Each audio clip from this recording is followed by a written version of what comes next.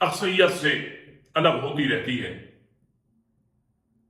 لیکن یہ مثال دنیا میں آج تک نہیں ملتی کہ اکثریت الگ ہو گئی ہو اقلیت سے، کہ بنگلہ دیش اکثریت میں تھا، مشرقی پاکستان جو اقلیت سے الگ ہو گیا، اور اس وقت جو حالات ہیں یقین جانیے کہ اسی تاریخ کو ریپیٹ کرنے کی کوشش کی جا رہی ہے۔ کوشش تو کی جا رہی ہے، لیکن اس وقت جو حالات ہیں وہ وہ کہتے ہیں نا کہ مومن کی فراست سے بھی ڈرنا چاہیے، کہ جو مومن ہیں وہ ان حالات کو دیکھ رہے ہیں اپنی فہم و فراست سے جو اللہ تعالیٰ نے ان کو دی ہے، کہ اس وقت جو باری ہے وہ مینورٹی کی ہے، یہ مینورٹی جو اس ملک کے اوپر ڈاکو راج قائم کر چکی ہے۔ پنجاب کی وزیر اعلیٰ جو نامزد کی گئی ہے، میں تو انہیں لوگ ڈاکو رانی کہتے ہیں، میں کہتا ہوں یہ ویڈیو کی رانی ہے، ویڈیو کی، آڈیو کی، جو خاتون ہر اس شخص کو یہ دھمکی دے اس بات پہ کہ جو میں کہتی ہوں، جو ہم کہتے ہیں وہی ہو، اور دھمکی یہ ملے کہ تمہاری آڈیو اور ویڈیو ہمارے پاس موجود ہے، نافرمانی کی صورت میں اس کو ایکسپوز کر دیا جائے گا۔ اس طرح کے حالات ہیں۔ جو اقلیت ہے جن کے پاس صاف ستھری صرف 17 سیٹیں ہیں، آج وہ حکومت تشکیل دے رہی ہے۔ عوام الناس کے اوپر اس سے بڑا ظلم اور کیا ہوگا؟ لیکن یاد رکھیں اس وقت جو حالات ہیں، اس اقلیت کو اب کی بار جو اکثریت ہے وہ اس وقت تک اپنی جد و جہد، اپنی اسٹرگل کرتی رہے گی جب تک ان کی تدفین نہ کر دیں۔ اس ڈاکو راج کو اب کی بار دفن ہونا ہے، کیونکہ یہ اللہ نے ایسے حالات پیدا کر دیے ہیں۔ اگلی بات یہ کہ جن کو ہم اپنے محافظ سمجھتے رہے، جن کے لیے ہم اپنے پیٹ کاٹ کر ان کو پالتے رہے، پوستے رہے، اس خوش فہمی میں کہ ہماری اسٹیبلٹی اسٹرانگ ہو جائے، ہمارا دفاع مضبوط ہو جائے، جن کو ہم نے خون پلایا، آج وہ 25 کروڑ عوام کے حقوق پہ، ان کے ووٹ پہ ایک بہت بڑا ڈاکہ مار رہے ہیں۔ لیکن یاد رکھیں کہ سب سے پہلے ہم نے پس منظر کی طرف جانا ہے کہ مقاصد کیا ہے ان کے۔ میں گزارش یہ کر رہا تھا کہ اللہ تعالیٰ کا نظام ہے کہ تغیرات آتے ہیں، تبدیلیاں آتی ہیں۔ اس وقت جو پاور ہے وہ ویسٹ سے ایسٹ کی طرف منتقل ہو رہی ہے، اور یہ میرے اللہ کے امر سے ہو رہی ہے کہ اس دنیا میں نہ کوئی سدا امیر رہتا ہے، نہ کوئی سدا غریب رہتا ہے، نہ سدا کوئی زوال پذیر رہتا ہے، نہ کوئی سدا عروج پہ رہتا ہے۔ اور جن کی پاور ایسٹ کی طرف منتقل ہونے والی ہے وہ بہت پریشان ہے، کیونکہ پاکستان کی جو پوری دنیا میں جغرافیائی حالات کے پیش نظر دیکھا جائے تو جو اس ملک کی اہمیت ہے وہ ایسے ہے کہ جیسے ایشیا کا دل، اور جو پور یہاں پہ آئے گی اور اس میں پاکستان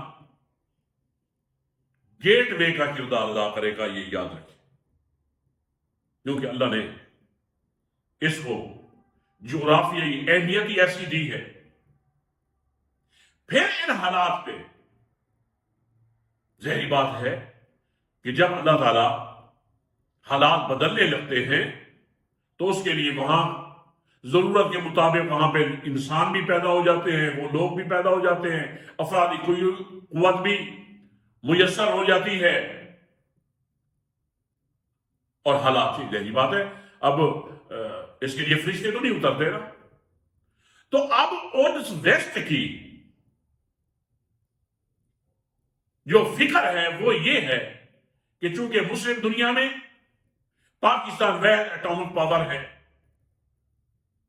لہذا اس کو غیر مستحکم کیا جائے، اس کا یہ پروگرام ہے۔ پھر اگلی بات یہ کہ اس ملک پہ سونے پہ سہاگا کہ اللہ تعالیٰ نے اس کو ایک باغیرت، با حوصلہ، با ہمت، بلا کی دلیری، بہادری اور اللہ کی توحید پہ عقیدہ اور توکل پہاڑ کی طرح مضبوط، یہ چیز ویسٹ کو پریشان کیے جا رہی ہے، اور ویسٹ اس ملک کو غیر مستحکم کرنے کے لیے اس نے ہماری اسٹیبلشمنٹ اور یہ جو ہماری پی ڈی ایم ہے یہ ایسے سمجھے کہ اس کی پالتو ہے، یہ اس کے سامنے لیٹی ہوئی ہے، اور اس کے مذموم مقاصد کے لیے یہ بڑی وفاداری کے ساتھ ان کی خدمت کر رہے ہیں، طاغوت کی۔ میں ایک مثال دیتا ہوں کہ یہ وفاداری میں تو یقین جانیے اس کتے کو بھی پیچھے چھوڑ گئے ہیں جو اپنے مالک سے وفا کی اخیر کر دیتا ہے۔ پوری دنیا میں ملامت ہی ملامت، وہ امریکہ ہو، یورپین یونین ہو، یونائٹڈ نیشن ہو، وہ سب کہہ رہے ہیں کہ یہ کیا ہو رہا ہے۔ اور ہمارا جو الیکشن کمیشن ہے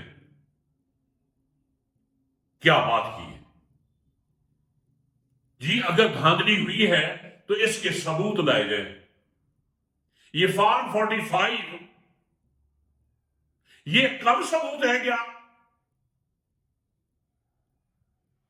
انا للہ و انا الیہ راجعون۔ ناظرین، میں اسٹیبلشمنٹ سے یہ گزارش کروں گا کہ آپ کو پتہ ہے کہ عمران خان نے 13 کے الیکشن میں 4 سیٹوں پہ اس نے پروٹیسٹ کر کے ان طاقتوروں کو پریشان کر کے رکھ دیا تھا، اور اب 50-60 سیٹوں کا معاملہ ہے، تو کیا وہ سکون سے خود بیٹھے گا یا انہیں بیٹھنے دے گا؟ قطعا نہیں ہو سکتا۔ اس نے غالباً ہفتے کی کال دے دی ہے۔ میری اسٹیبلشمنٹ سے گزارش یہ ہے کہ خدا کے لیے ٹائم بہت تھوڑا ہے، ہوش کے ناخن لیں، لیکن اندازہ یہی ہوتا ہے کہ آپ کے پاس ناخن تو ہیں لیکن ہوش نہیں ہے. اگر خدا نہ خواستہ کچھ ایسی چنگاری بھڑک اٹھی تو اس کے ذمہ دار آپ ہوں گے. اب یہ آپ کے جو مقاصد ہیں یہ میرے خیال میں میرے اللہ کو بھی منظور نہیں ہے. اور جہاں پہ اقلیت اکثریت پہ حاوی ہونے کی کوشش کرتی ہے تو یاد رکھیں اس کی اپنی بربادی ہوتی ہے. میری گزارش یہ ہے کہ خدا کے لیے ہم سب نے اللہ کے حضور پیش ہونا ہے. وہاں پہ ہم جواب دہ ہوں گے. اور پھر جس نے قوم کے ساتھ برا کیا ہوتا ہے اس کا تو ایک اللہ نے نظام بنایا ہے کہ اس کی سزا کا تھوڑا بہت ٹرائل تو دنیا میں بھی ہو جاتا ہے اور آخرت میں تو ہونا بھی ہے. اور یاد رکھیں کہ اس وقت جو پروٹیسٹ ہوں گے کہ فضل الرحمان صاحب سے بھی بات ہو چکی, جماعت اسلامی سے بھی بات ہو چکی, اور تحریک لبیک ان سے بھی بات جاری ہے. ان قریب جیسے یہ اکٹھے ہو کر یہ باہر نکلیں گے تو پورا ملک بند ہو جائے گا. یاد رکھیں. تو خدا کے لیے کسی بڑی آزمائش سے بچنے کے لیے اپنا محاسبہ کرتے ہوئے اپنے ملک کی,